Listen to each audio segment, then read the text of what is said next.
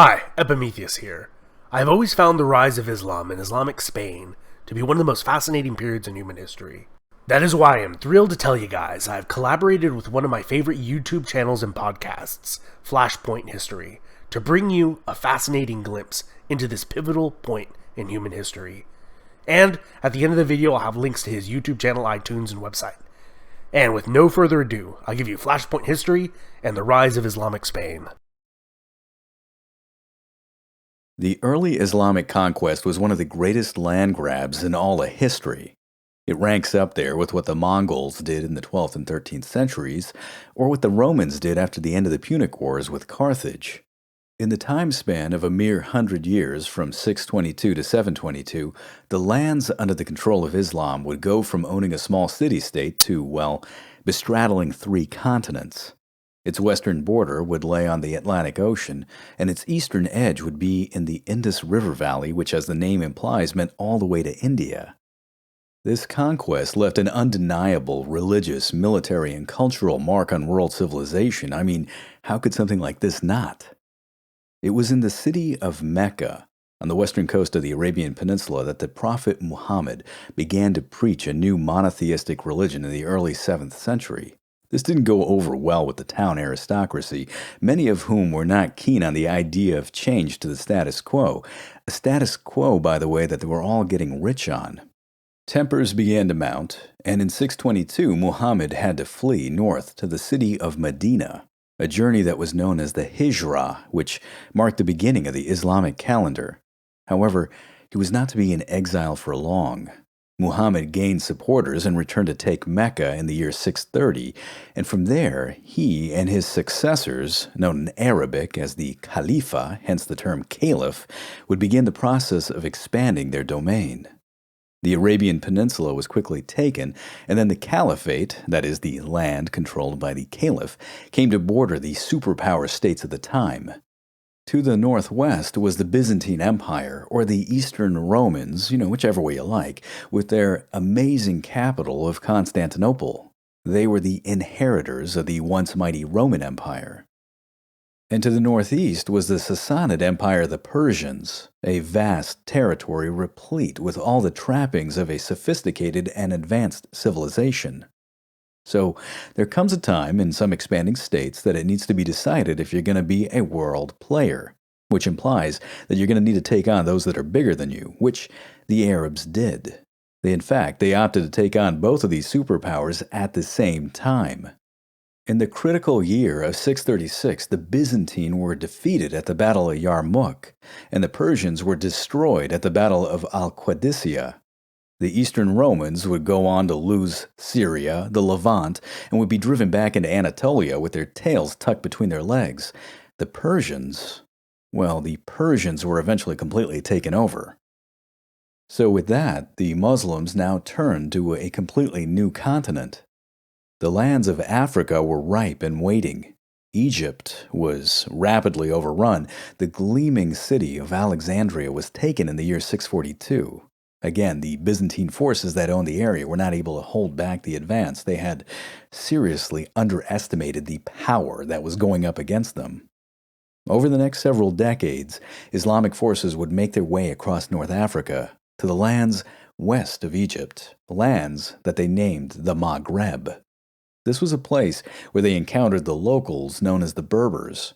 Now, these Berber tribes were not always friendly. In fact, there were downright disagreements that led to decades of fighting. But the new religion was a uniting force, and in time, some of these tribes began to join the Caliph's armies. So as it came to pass, it was in the year 711 that most of North Africa was now part of the Caliphate, the Umayyad Caliphate, if you're wondering, who by then ruled from the city of Damascus.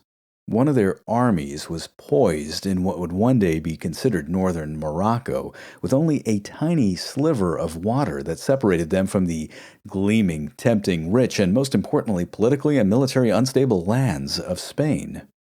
Now, the Iberian Peninsula at this point in history was ruled by the Visigoths. These were the same Germanic barbarian tribe that the Romans had brought into their domain centuries before. But then the Romans decided to treat them extremely badly. Of course, you can only push around a Visigoth so much. These people rose up in spectacular fashion. They raised an army and took on the Roman legions near Constantinople, defeating them at what was known as the Battle of Adrianople. And to drive home a point, or perhaps just for dramatic effect, they killed off the Roman emperor while they were at it. They weren't done yet. The Visigoths, over the next several decades, would flip-flop between being Roman friend and foe. Eventually, in 410, they would march on Rome itself, and for the first time in 800 years, would sack and burn the city. How's that for drama? The Visigoths would eventually move into what would one day be considered Spain. They loved the climate, the wine was good, and so they settled down, got complacent, and because they couldn't figure out a proper means of succession, they were in some serious decline when the combined Berber/Arab army showed up from the south. The king of the Visigoths was a man named Roderick, who basically had usurped the throne, and no one really liked. He rode in hard to meet these new forces, which were under the command of the Berber general Tariq ibn al-Zayed.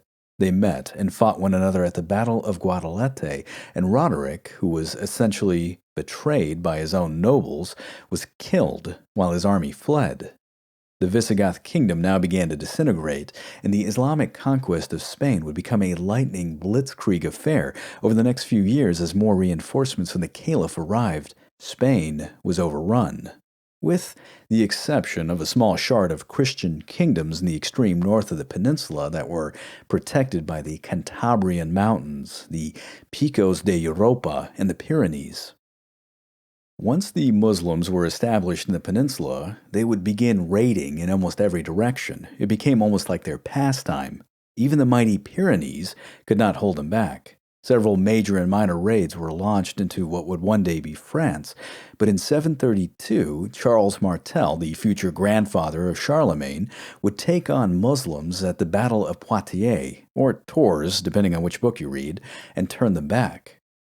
The tale of Moorish Spain didn't end there. She did have a lot of trouble ahead, however, as civil war rocked the Caliphate. The Umayyads in 750 were brought down by the Abbasid Caliphate, which had come to power. This new caliphate hunted down and slaughtered any member of the House of Umayyah that they could find, and they got a lot of them, except for one prince known as Abd Al-Rahman. This man was going to be known to history as Abd Al-Rahman I, and he had to flee for his life from Damascus, escaping Syria, traversing North Africa, and evading Abbasid henchmen and assassins all along the way. It just so happened that his mother was a Berber, and so he found refuge amongst the tribes of the Maghreb. It was by luck and cunning and resourcefulness that he managed to cross the Strait of Gibraltar. In 755, he landed in the Iberian Peninsula, a land that was now known in Arabic as Al-Andalus. He still had supporters there that were loyal to his house and family name, and in no time the man was leading an army. In 756, he defeated the local governor and established the Umayyad Emirate with his new capital at Cordoba. His legacy would last several generations, and in the process, Al-Andalus began to climb in importance on the world stage. It was his impressive descendant, with his namesake, known as Abd Al-Rahman III, that would take this process even further. It was during his reign that started in the year 912 and lasted nearly 50 years that Al-Andalus would become one of the most powerful, culturally sophisticated, and economically sound states in all of medieval Europe. Cordoba, the capital, would eventually be rivaled only by Constantinople and Baghdad, and would be considered by chroniclers as an ornament of the world. Epimetheus here again. If you thought that was as fascinating as I did, head over to Flashpoint History's podcast and give that a download positive review, and also check out his YouTube channel link at the top of this video's description to hear all the details of the pivotal battles, fascinating figures, and Game of Thrones-like intrigue in his War of the Worlds series on the rise of Islam. After hearing the podcast, I contacted him and asked him if he could make a shortened version for us, because I thought you guys would love to hear it. It was so much fun listening to this, drawing these little warriors, making the animations to go with this, and again, big thanks to Flashpoint History. Thank you so much, and until next time, this has been Epimetheus. And also a huge thanks to all my patrons and followers who make this channel possible. Go head over there and give Flashpoint History a big follow and likes on his videos. Thanks so much.